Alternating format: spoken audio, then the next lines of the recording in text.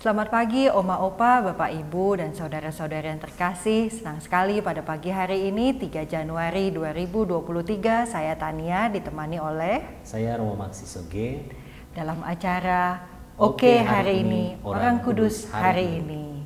Selamat pagi Romo. Selamat pagi. Selamat Natal dan Tahun Baru ya Romo. Selamat Natal dan Tahun Baru juga. Bagaimana nih acaranya kemarin, padat ya Romo ya? Ya lumayan, biasa Tahun Baru. Baik Romo, pada pagi hari ini 3 Januari kalau kita biasanya memperingati Hari Raya Orang Kudus.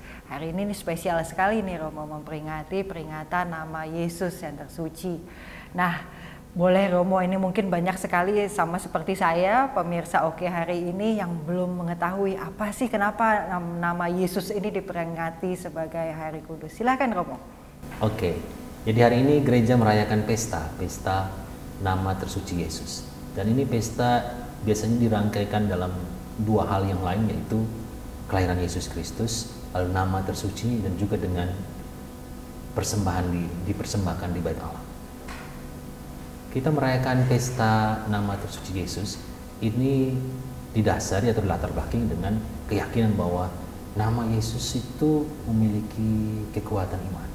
Dan ini didasari dengan apa yang tercatat dalam kitab suci, dalam Injil Lukas, ketika malaikat Tuhan memberikan kabar sukacita kepada Maria, itu menyampaikan bahwa kamu akan melahirkan seorang anak laki-laki dan harus kau namai dia Yesus. Atau juga penampakan kepada Santo Yosef dari malaikat Tuhan juga dalam Injil Matius juga mengisahkan tentang bagaimana anak yang akan dilahirkan itu melalui penampakan dari malaikat diminta untuk memberi nama Yesus. Karena melalui nama Yesus ini, yang artinya nama Yesus itu artinya Allah yang menyelamatkan.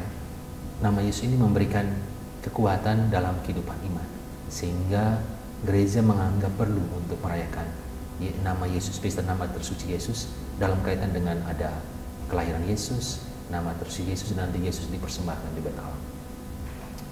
Kisah tentang atau pesta tentang nama Yesus ini awalnya sudah mulai dirayakan dari para murid, para rasul di gereja perdana, sehingga itu kemudian berkembang perayaannya selanjutnya. Dalam kisah tentang Yesus mulai, nama tersuci Yesus mulai dirayakan dalam gereja perdana, itu kita ingat kisah tentang bagaimana setelah Hari Raya Pentakosta, para murid, para rasul mendapat karunia Roh Kudus, atau juga kita bisa rayakan sebagai hari lahirnya gereja pada Pentakosta. Setelah itu kita mendengar dalam kisah para rasul, bagaimana Petrus dan Yohanes, mereka itu dalam perjalanan di daerah Yerusalem, daerah wilayah Palestina itu, dan mereka melihat ada orang yang mengalami lumpuh. Lalu orang lumpuh itu minta supaya dia bisa disembuhkan. Waktu itu Petrus dan Yohanes waktu itu mereka sampaikan bahwa kami punya emas dan perak, kami tidak punya. Tapi dalam nama Yesus kami meyakini, kami berkata kepadamu, bangun, bangkit dan berjalan. Dan mujizat Tuhan terjadi bahwa orang itu akhirnya bisa bangkit dan berjalan. Sehingga nama Yesus itu kemudian diakui punya kekuatan. Itu mulai dirayakan waktu itu dan seterusnya dirayakan dari tahun ke tahun dan mulai berkembang di sekitar abad ke-13, abad ke-14, khususnya ketika Santo Bernardinus dari Siena yang hidup di abad ke-13, dia memperkenalkan sesuatu yang namanya monogram. Itu ada tulisan kecil, ada tulisan 3 huruf. Kalau kita baca kelihatan bahwa tulisannya hurufnya I, H, dan S dalam sebuah lingkaran yang dikelilingi oleh matahari. Itu untuk menunjukkan nama Yesus, dan singkatan ini I terus H dan S, kita baca IHS, itu singkatan yang merupakan singkatan dari nama Yesus yang diambil dari huruf Yunani. Huruf Yunani dalam menyebutkan nama Yesus itu ada huruf I, terus ada huruf E dan huruf S, lalu kemudian lanjut huruf U dan huruf S. I disebutkan Y, itu kita bisa dibuat dalam Indonesia disebut sebagai Y, kita baca sebagai Y. Itu I dalam bahasa Yunani itu alfabet iota, lalu kemudian H itu sebenarnya itu H itu huruf besar, huruf kapital dari dari alfabet eta, huruf E. Tapi kalau kapitalnya, kalau huruf besarnya kita lihat seperti huruf H. Lalu terakhir huruf S itu huruf sigma. Lalu sebenarnya ada U dan ada S lagi terakhir, tapi karena ini merupakan sebuah singkatan, sebuah monogram, sehingga hanya 3 huruf itu dipakai sebagai 3 huruf pertama dari 5 huruf nama Yesus. Tetapi kemudian orang juga bisa membuat itu sebagai singkatan dari istilah bahasa Latin yang artinya I itu Yesus, H itu hominum, dan S terakhir itu Salvator, artinya Yesus juru selamat atau penyelamat dunia, penyelamat bagi manusia. Dan dengan membawa monogram ini dalam sebuah lukisan, mereka memberkati banyak orang dengan ini. Mereka di sini dalam arti Santo Bernardinus dari Siena, kemudian juga dia punya pengikut atau dia punya murid lah, itu disebut Santo Yohanes Capistrano. Dari kedua santo ini, Bernardinus dari Siena dan Santo Yohanes Capistrano, mereka memperkenalkan ini, monogram nama Yesus, IHS atau IES, Yesus yang disingkat, untuk memberkati atau mendoakan banyak orang dengan ini, dengan monogram ini yang merupakan singkatan dari nama Yesus, dalam arti bahwa mereka memakai nama tersuci Yesus untuk memberkati banyak orang. Dan ini devosi seperti ini kemudian berkembang luas dan banyak orang mengaku itu. Lalu kemudian Paus juga mengaku ini dan juga menyarankan untuk dipasang di rumah-rumah monogram ini. Bahkan Paus juga akhirnya pada waktu itu mengusulkan pada tahun 1227 mengusulkan supaya di dalam lingkaran nama itu juga dipasang, diisi salib, sehingga ada lingkaran, di dalamnya ada tulis I, A, S, ada salib, lalu di keliling lingkaran itu ada semacam sinar-sinar dari matahari, menggambarkan bahwa Yesus itu menjadi terang, menjadi cahaya, memberikan keselamatan sesuai dengan nama singkatan itu yang diakui sebagai Yesus juru selamat bagi manusia, penyelamat manusia. Sehingga melalui nama ini akhirnya berkembang terus, sehingga paus-paus berikutnya kemudian menjadikan ini sebagai sebuah hal yang bisa diterima sebagai ajaran iman, karena nama Yesus punya kekuatan. Sehingga dengan demikian sampai dan sekarang gereja akhirnya memasukkan di dalam sebuah liturgi, dirayakan sebagai bukan hanya sebuah peringatan tapi pesta nama tersuci Yesus yang dirayakan. Kalau kita lihat dalam tanggalnya itu tanggal 3 Januari seperti hari ini, sesudah Natal di tanggal 25, lalu ada perayaan nama tersuci Yesus. Dan dengan memiliki keyakinan akan nama tersuci Yesus, kita juga sebagai orang beriman mendapat beberapa manfaat. Dilukiskan dengan kekuatan nama tersuci Yesus, kita memiliki beberapa hal yang membawa kita dalam kaitan menumbuhkan iman, sehingga dipercaya bahwa yang pertama, dengan nama tersuci Yesus kita bisa mendapat penyembuhan dari sakit fisik. Itu contoh tadi yang saya sebutkan. Dalam kitab suci tercatat, dalam Kisah Para Rasul tercatat bahwa Petrus dan Yohanes menyembuhkan orang yang lumpuh dengan mengambil nama Yesus. Dengan nama Yesus aku berkata kepadamu, bangkit dan berjalanlah.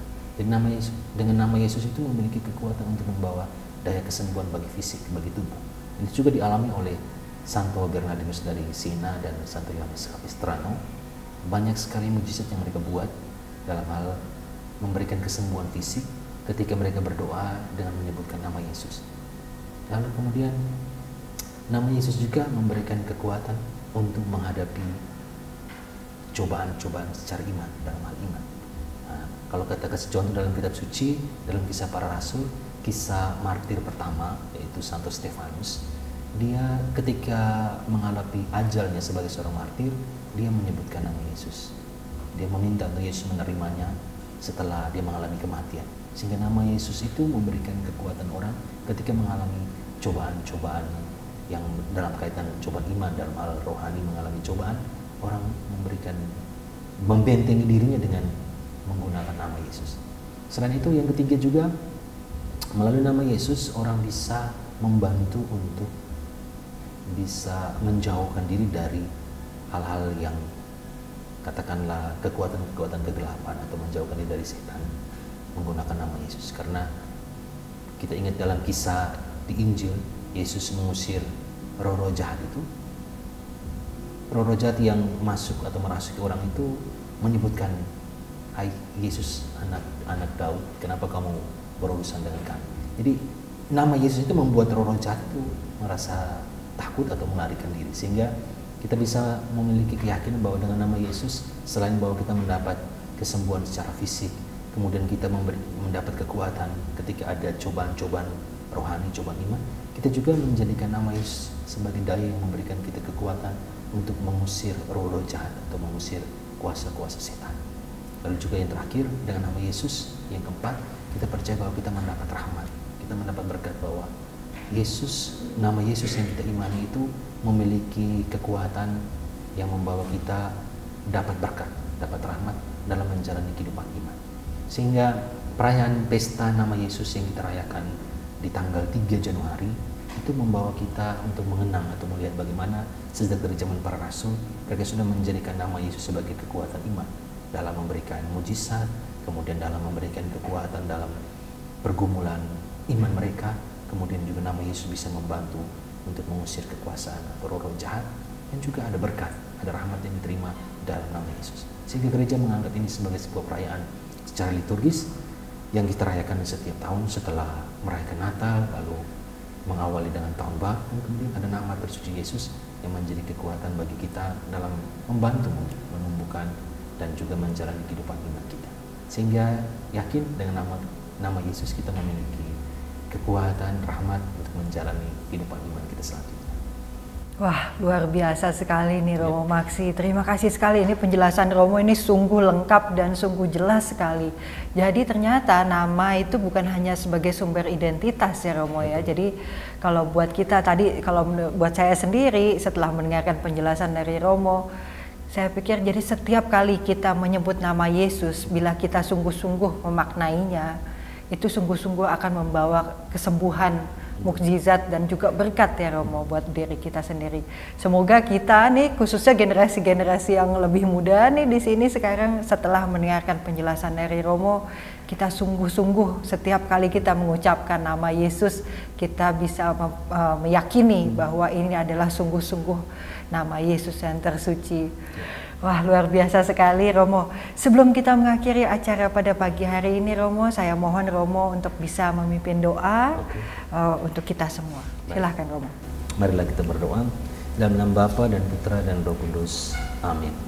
Tuhan Bapa yang Maha Baik, puji dan syukur, terima kasih kami haturkan kepadamu karena Engkau telah memberikan kami Yesus Kristus Putramu menjadi manusia, menjadi bagian dalam kehidupan kami.